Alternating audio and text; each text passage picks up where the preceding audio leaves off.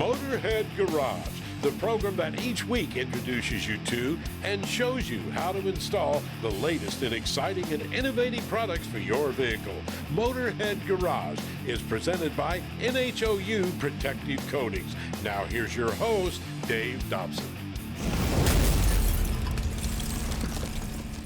Hey there, Motorheads. Thank you for tuning in. Now, this is a rod end. You may recognize it. If you have anything that needs to pivot or articulate on any vehicle, you're going to need a rod end. And Bob Douglas is here from Rod End Supply, the place to get rod ends. And Bob, how many different vehicles do you cover with your rod ends? We cover everything from go-karts, farm equipment, monster trucks, off-road vehicles, circle track, drag, just about anything and everything. Now, what are some of the most extreme things you've had to make a rod end for? We did a special rod end for SpaceX, one of their rockets, some exotic material, high misalignment, had a slot cut into threads for a set screw, didn't use a jam nut or anything of that nature. That was probably one of the most weird, I would say. We also make a rod end that's extremely small and is used by Disney. So when you see the eyes pivot back and forth and the ears wobble and the animatronics. So let's talk about the materials. What kind of quality are we talking? We've got economy two-piece type rod ends, which basically is a material that we use. It's a C1045 steel. It uses a 52-100 bearing steel ball that's hard chrome plated. That's the least expensive. They call them economy rod ends. Then we have a precision three-piece rod end, has a ball, has a body, and has a race. And then we have another rod end that we make that's got an injection molded material that we call nylofiber, and it takes the place of a precision rod end that uses a Teflon liner. You know, other folks are making rod ends out there. What sets Rod End Supply apart from the other ones? We've got a very good staff that knows applications, knows materials. We keep a good amount of inventory, and we try to ship within 2 days. Doesn't always happen, but we try. And you have thousands of items in your catalog, and it's not just rod ends. How far does it go? What other stuff do you make for vehicles? We make all kinds of different things. We make what we call a 4-bar end. These are used on Jeeps and other off-roading vehicles. These particular parts are used on street rods, street machines. We have them in stainless, chrome, black, oxide. We also make the bungs. If somebody wants to make a connecting tube between each end of the rod end, radius rods sometimes they're called, drag links, this type of thing. We make those in various sizes. We also make the tubes themselves. This is a chromoly tube that's got the ends welded in it. This is a steel tube and it's swedged down on the ends. And this is an aluminum tube. We also make all different types of clevises in different sizes. We also put studs in rod ends. Some are tapered for applications, some are just basically a standard bolt. These are affixed in the rod end so they do not come out.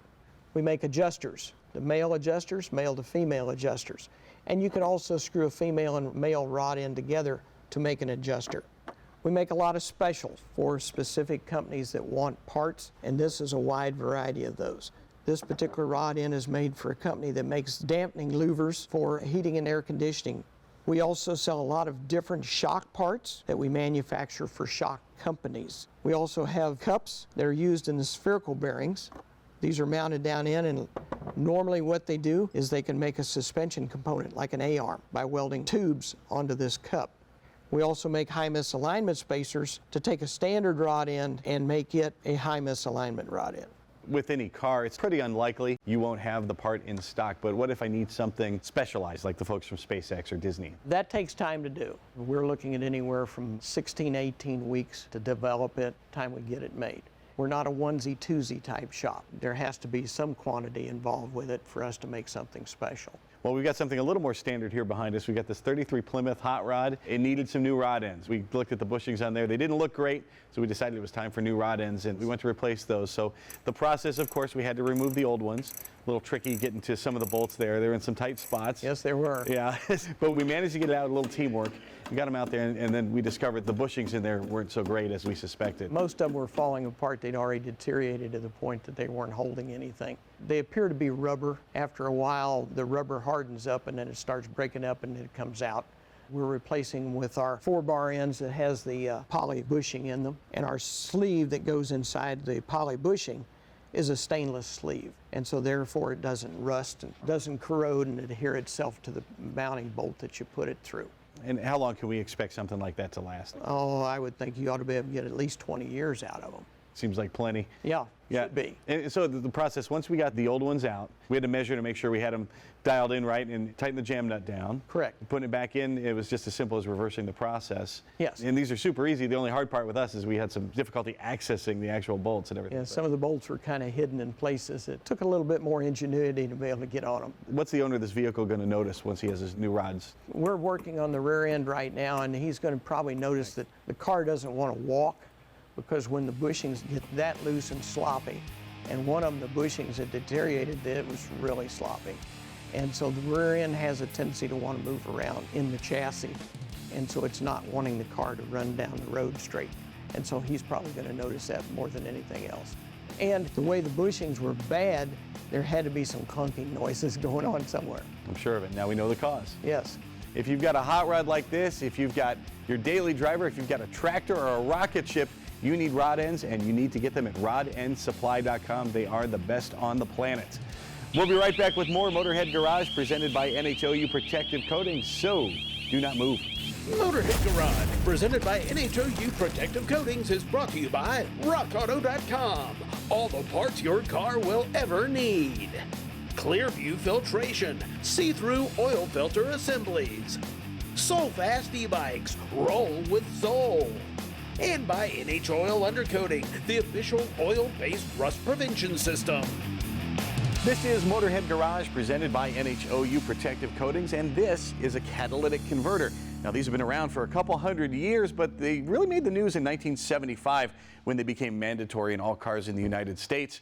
But they are in the news again. Dean, why? Unfortunately, they're getting stolen a lot. They have precious metals inside them: platinum, palladium, and rhodium.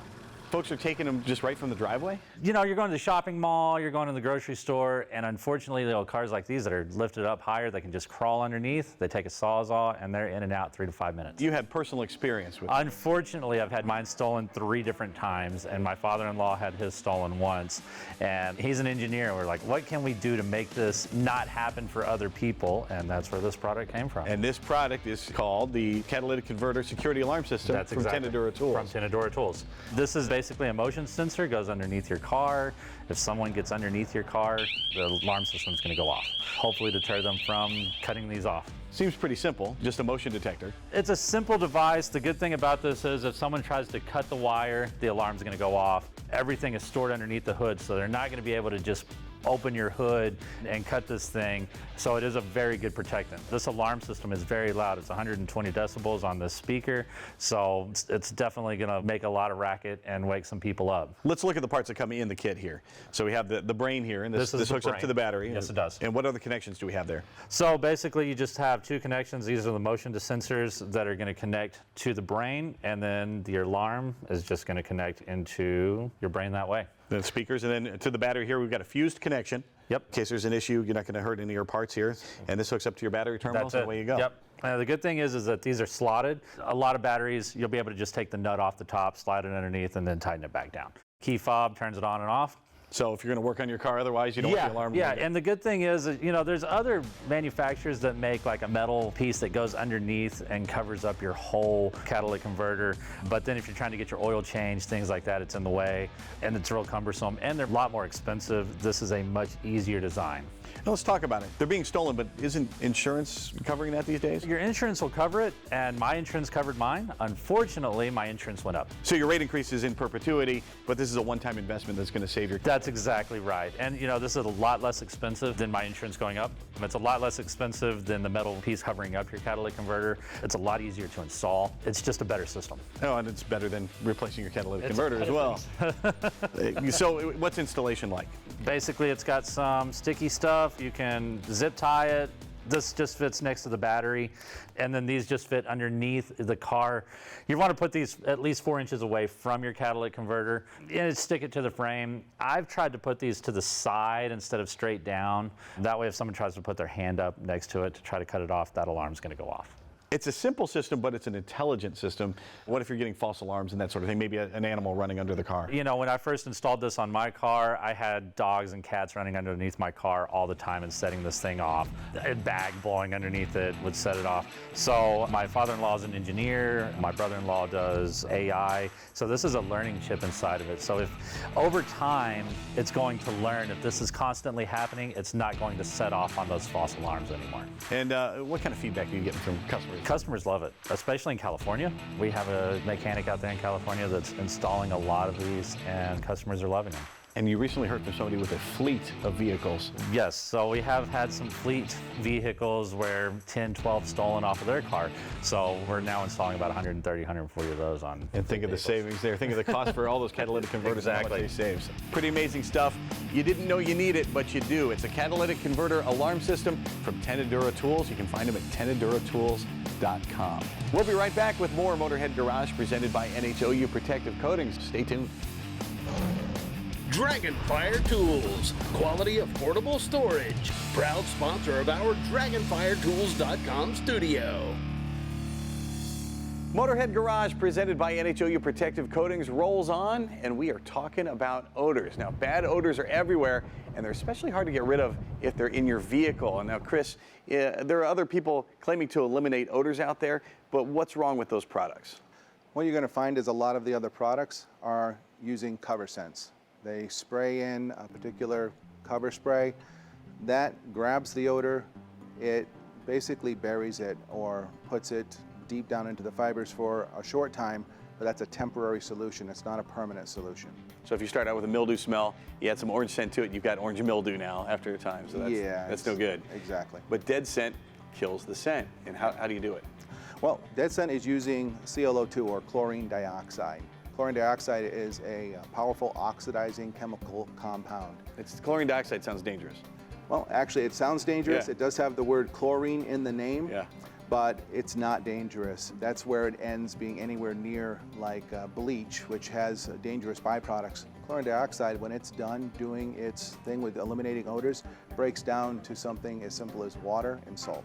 And how does it actually work? How does it eliminate the odors? Well, chlorine dioxide is made of 2 oxygen atoms and 1 chlorine atom. And what it does is it oxidizes the odor molecules by breaking off, and it has that selective property that can break off and attack the molecules of the odors, breaking them apart and dissolving them permanently. Is dead scent something that's going to be used by professionals, or can you do this at home? Both. This is actually something that is used by professionals. There are some, let's say, professional remediation companies will use chlorine dioxide, can use dead scent. We have auto auctions that will purchase and use it to recondition vehicles before they go to the auction block and back out into the market to get rid of the bad odors. But it's also been designed to be safe for your average consumer to use in the home with no chemical, hand-to-chemical contact. I think the thing that's significant is the same kit is being used by the pros. You can use that same kit at home as well. Exactly. And you've got different vehicles covered here. You've got boats and cars and SUVs as well. Why the different sizes? We find that there is a need to have a different size, gram size, depending on the size of the area being treated, and also on the severity of the odor. Let's face it, for someone who just has a basic musty smell, you might get away with a lower gram treatment pack. Whereas if a vehicle's been sitting for a long time, or say an RV or a boat for a long time, they have a stronger odor, then they're going to up their game to a 50 or even sometimes the 100-gram treatment pack. That allows the consumer to now graduate the treatment based on what the level of odor is in that area. We've talked about odors. There are all kinds. What can dead scent eliminate? What kind of odors? One of the biggest that we're thinking about is smoke smell. That's huge. We hear that all the time. But also mice or rodents that get into vehicles. Also, it could be just food. People taking their kids back and forth using it, or people driving while they're eating at the same time, things get spilled. Could be pet odors in the vehicle. All these things, again, we talked about mold and musty smells, all these odors build up over time within a vehicle or within an RV or a boat. So if you name the odor, chlorine dioxide can go after and will eliminate it. Dead scent comes in a kit. Yes. How does the kit actually work once you get it? Well, once they open up the treatment, the plastic containment system here, that's the treatment pack. That is going to be laid flat inside the treatment area. that they're going to add water to the line, and then they would open the foil pouch where the treatment pack is located. Take that out, you're going to see a yellow side and a blue side. The blue side is then placed into the water. At that point in time, the water is absorbed, it comes through the treatment kit, it will swell, and then it begins to react and off gas, and CO2 will then be released into the area. I know you said it's safe, but how long do I need to wait before I actually get back into the vehicle after we give it a treatment? We recommend a minimum of 6 hours for a treatment. If you can go longer, that's even better. If it's out in the direct sunlight, then we would recommend you wait until it's out of direct sunlight or in a garage, somewhere where the sun isn't beating in, because sun will react with CO2. You want to let it run then again, minimum 6 hours. We recommend, if you have the opportunity, again, overnight is even better. And then once it's done, you got to give yourself at least an hour to let things air out and let all that gas out of the vehicle.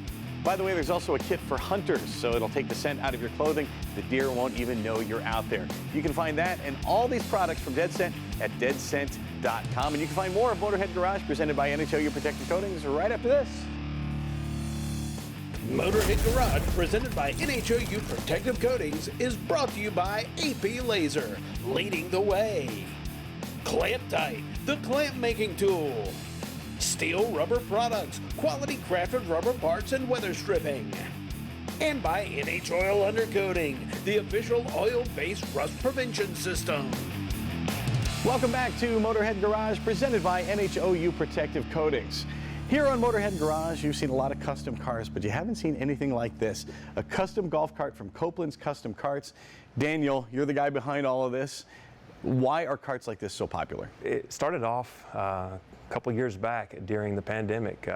Everyone wanted something but really couldn't get out. So all of a sudden, guess what? Golf carts hit the scene, went crazy. Everyone just wanted a regular golf cart.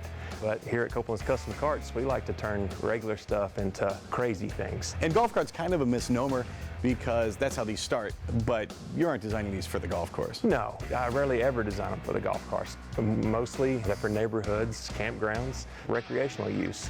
We got into golf cart a couple years back while we were camping and noticed that there was a golf cart parade and everyone wanted the baddest golf cart, so hey, let's start it. Right, if you're spending that much time in the neighborhood or in the campground, you want it to be comfortable. Right. And stereo is another thing that they want and all that stuff. So where does the customization begin? Do I bring one to you? You can bring one to me or I provide the carts. We start from the ground up. We start with the frame, motor, and build it to your desire. So you get to pick the color, the seats, the audio. We turn your dreams into reality, really, so it's fun. Cool, and you started in audio.